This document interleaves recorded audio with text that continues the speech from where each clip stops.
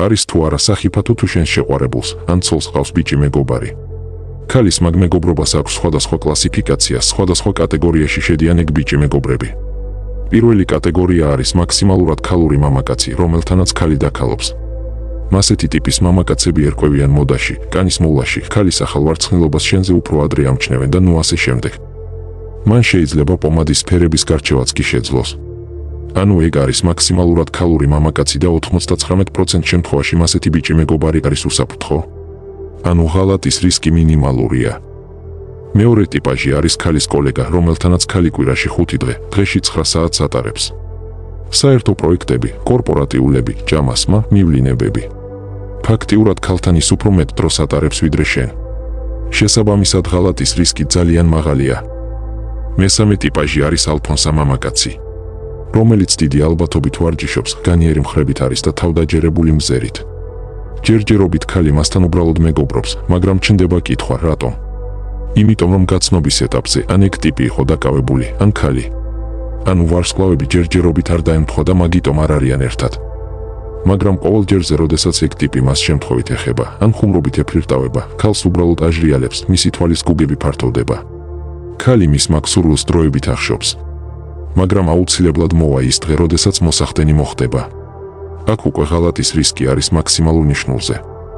მეოთხე ტიპაჟი არის მონა მეგობარი ბიჭი.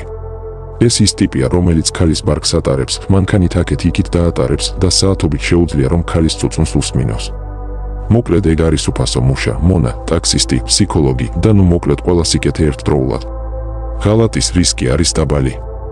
შანსი მას მიეცემა მხოლოდ მაშინ, როდესაც თქვენ მასშტაბური კონფლიქტი გექნებათ. ნუ ან როდესაც დაშორდებით და ქალს დამშვიდება დასჭირდება.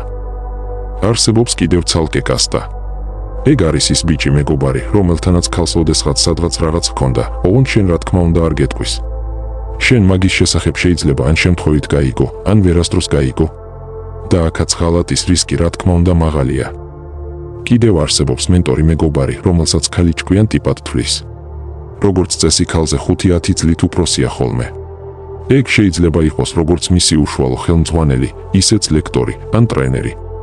ღალატის რისკი ძალიან მაღალია. იმიტომ რომ ის მისთვის ავტორიტეტია. გამოცდილი და ჭკვიანია, მასთან თავს პატარა გოგონად გრძნობს, რაც საბაზისო ინსტინქტია. ოდესღაც მას ეგ ტიპი აუცილებლად მოუნდება. და შეიძლება უკვე უნდა კიდევაც. არსებობს კიდევ ერთი მნიშვნელოვანი სცენარი. ყველანაირი გადაჭარბების გარეშე გეუბნები, რომ ღალატზე ყოველი მეხუთე კონსულტაცია არის, როდესაც ქალს მისმა ყოფილმა კლასელმა ან კურსელმა მისწერა. თავიდან ის უბრალოდ კითხულობს და რა პრობლემაა, კლასელია და მიწერა რა. პრინციპში თავიდან არც არაფერზე ძმეთს არ კადრულობს ეგ კლასელი. ცოტა ხნის შემდეგ ქალს ტელეფონს ვეღარ გააგდებინებ ხელიდან. ნუ უბრალოდ ძველ დროს იხსენებენ და ნოსტალგირებენ. და კიდევ უფრო ცოტა ხნის შემდეგ იგებ, რომ უკვე ერთი უწყინარი, სუფთა მეგობრული შეხვედრა ჰქონდათ. მოკლედ ღალატის რისკი აქაც მაქსიმალურ ნიშნულზეა. ზოგადად ქალებს უყვართ იმის თქმა, რომ აგერ 10 წელია ვმეგობრობ ბიჭთან და ჩვენ შორის არასდროს არაფერი ყოფილაო. მაგრამ პირველი, ჩვენ არ ვიცით რამე მოხდა თუ არა თქვენს შორის და დიდი ალბათობით ვერც ვერასდროს გავიგებთ. და მეორე, დავუშვათ და მართლაც არაფერი ყოფილა. მაგრამ მაგის მიუხედავად მე არ ვაპირებ ლატარიის თამაშს. არ მინდა ისეთ ადამიანთან ურთიერთობა, რომლის წარსულიც ჩემთვის არ არის ნათელი. რომლის წარსულიც უკვე გარკვეული რისკების მატარებელია. მოდით უფრო გავამარტივოთ. ვინ არის ქალისთვის ბიჭი, რომელთანაც მეგობრობს? ეგ არის ის მამაკაცი, რომელმაც გაიარა ქალის პირველადი ფილტრაცია. ქალმა ის არ მოიშორა. მან არ უთხრა მას წადი, შემეშვი, მომშორდიო. მან უთხრა მოდი ვიმეგობროთო. ეგ კი იმას ნიშნავს, რომ ეგ ტიპი ქალს როგორც მინიმუმ არ ეზიზღება. ანუ მაგ მეგობარს შეუძლია ნებისმიერ დროს დაურეკოს ქალს, ემესიჯოს და შეხვდეს კიდევაც. მას აქვს სრულიად ლეგიტიმური მიზეზი, რომ ეკონტაქტოს ქალს. ისინი ხომ უბრალოდ მეგობრები არიან. ანუ გამოდის, რომ კაცმა ვიღაც ქალის მეგობარ ბიჭს უნდა მისცეს თავის ქალზე სრული წვდომა და შემდეგ იმის იმედით იყოს, რომ არაფერი ცუდი არ მოხდება. ეს ხომ სრული სიგიჟეა. ვიღაცამ შეიძლება თქვას, რომ აგერ მე მეგობრობდი ქალთან და მეგობრობის გარდა არანაირი ზრახვა მის მიმართ არასდროს არ მქონიაო. მე კი გიპასუხებ, რომ ეგ არ არის საპირწონე არგუმენტი. მოდი წარმოვიდგინოთ, რომ მეგობრობ ქალთან, რომელსაც გრძელი და პიცკინა ფეხები აქვს. ტუჩებიც აქვს საჭირბოროტოდ დაბერილი. წვრილი წელი აქვს, რომელსაც შენს ინსტინქტებს უნდა, რომ ასე ვთქვათ, ჩაეხუტო. და აი 5 წლიანი მეგობრობის შემდეგ მოდის შენთან სახლში ნასვამ მდგომარეობაში და აცრემლებული თვალებით გეუბნება მე და ჩემ მაკმარმა სერიოზულად ვიჩხუბეთო და გეხუტება. უკვე 1 სანტიმეტრია დარჩენილი რომ მისი მაგ საჭირბო როტოთ და ბერილი ტუჩებით შეგეხოს. აი ამ ვითარებაში შეძლებ თუ არა რომ მაგ ცდუნებას გაუძლო. და კი, ვიღაცამ შეიძლება მართლაც შეძლოს. მაგრამ უმეტესობა ვერ შეძლებს, ეს ერთი. მეორე კი ის არის რომ ცუდი ზრახვების არ მქონე მამაკაცი ქალთან საერთოდ არც იმეგობრებს. მით უმეტეს დაოჯახებულ ქალთან. რადგან იცის რომ ადრე თუ გვიან ეგეთი არაერთი ვითარება შეიქმნება. უბრალოდ მასეთი ცდუნებების წინაშე არ ჩააყენებს თავის თავს რომ შემდეგ გამკლავება მოუჭიოს. ეგეც იგივე ლატარიის თამაშს ჰგავს. სადაც თეორიულად ყველაფერი შეიძლება ძალიან კარგად გამოიყურებოდეს, თუმცა პრაქტიკაში უმეტეს შემთხვევაში რაც მოხდება ყველამ ძალიან კარგად იცის. ჩნდება კითხვა. თუ ყველა როგორც მინიმუმ ინტუიციურად ხვდება ამ ყველაფერს, მაშინ რატომ არ უკრძალავენ ქალს ვიღაც სხვა მამაკაცთან მეგობრობასო? საქმე იმაშია რომ როგორც კი ეტყვი ქალს რომ მე ქალისა და მამაკაცის მეგობრობის არ მჯერაო, ის ეგრევე იმ TikTok ფსიქოლოგებისგან მოსმენილ ბანალურ ტექსტებს გესვრის.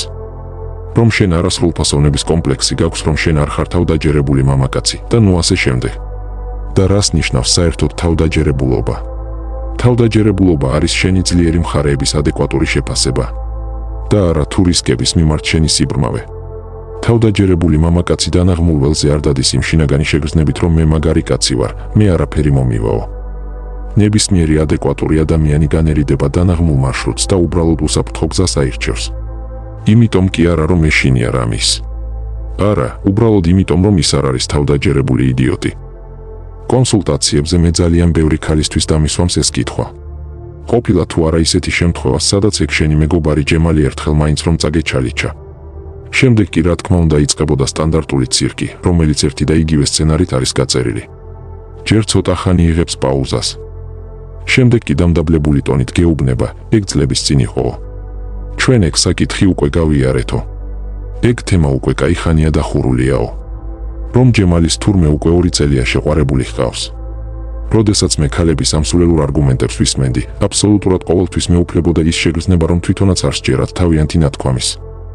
თუ ქალს პირიდან ცოფი მოსდის შენთან იმის მტკიცების დროს რომ ჯემალი უბრალოდ მისი მეგობარია, რომ ბავშვობიდან იცნობს მას და მათ შორის რომ არასდროს არაფერი არ ყოფილა, უბრალოდ ერთი პატარა ტესტის გავლა შესთავაზე. მე ძალიან მინდა რომ დაგიჯეროს ზუსტად ამიტომ აი ამ წამსვე მინდა თქვენი მეგობრობის გადამოწმება.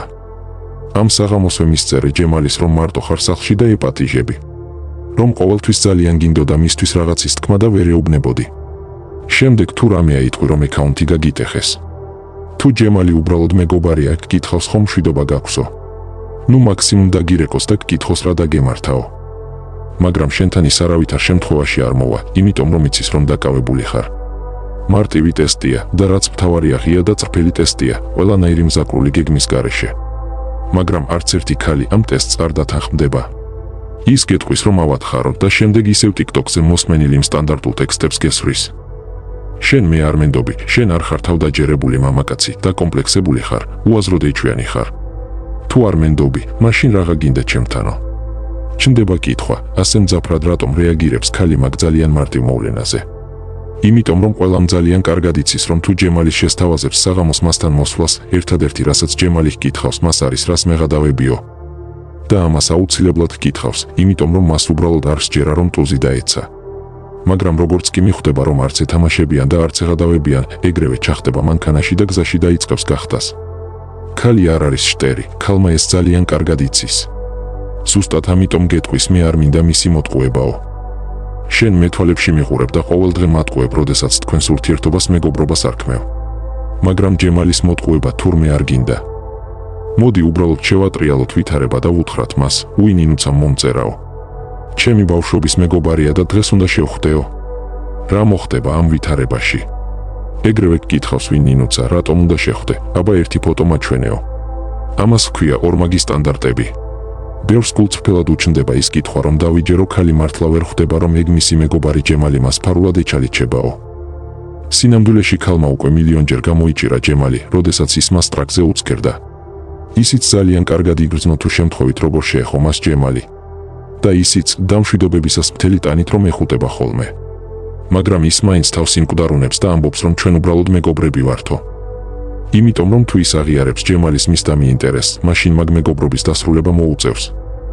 თუმცა ყველაზე სახალისო მაინც ის მეგობარი ჯემალია, რომელიც მზად არის ქალაქის ერთი ბოლოდან მეორე ბოლოში გამოვიდეს იმისთვის, რომ ქალი სადღაც გაიყვანოს. დღესასწაულებზე მას ყვავილებს და საჩუქრებს ჩუქნის. როცა ცუდ ხასიათზეა ქალი, მის წუწუნს ისმენს და იტანს.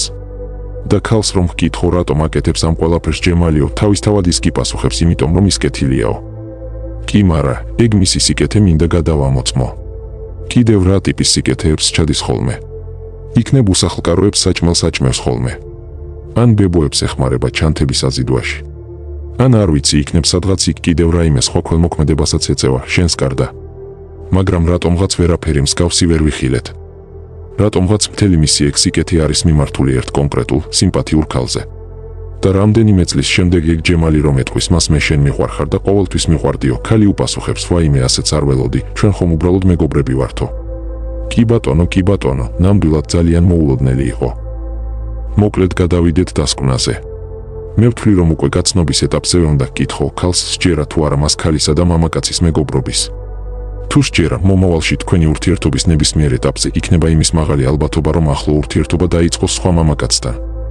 ხოლო თუ ქალი პირდაპირ და მკაფიოდ გეუბნება რომ არა, მე არ მჯერა ქალისა და მამაკაცის მეგობრობის და არც არასდროს მყოლია ბიჭი მეგობარიო, ეს უკვე გარკვეულ იმედებს აჩენს.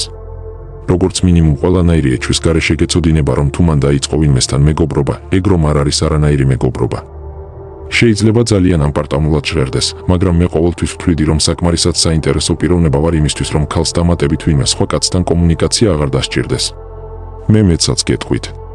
თუ ქალს სჯერა ქალისა და მამაკაცის მეგობრობის, ის აბსოლუტურად ყოველთვის მამაკაცებს თავისთან ძალიან ახლოს უშვებს. შემდეგ ეგ კაცები ღიად ეფლირტავებიან მას და ღიად ინტიმურ ხუმრობებზეც გადადიან. მოკლედ ვიმახსოვრებთ ამ ოქროს წესს. თუ ქალს სჯერა ქალისა და მამაკაცის მეგობრობის, მასთან სერიოზული ურთიერთობის შენება უბრალოდ ასაკრძალია.